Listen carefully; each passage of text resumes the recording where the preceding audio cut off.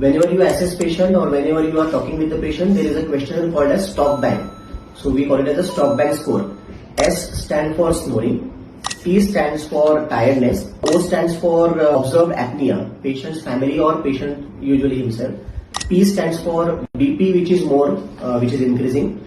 B stands for BMI more than 30. A stands for age more than 50.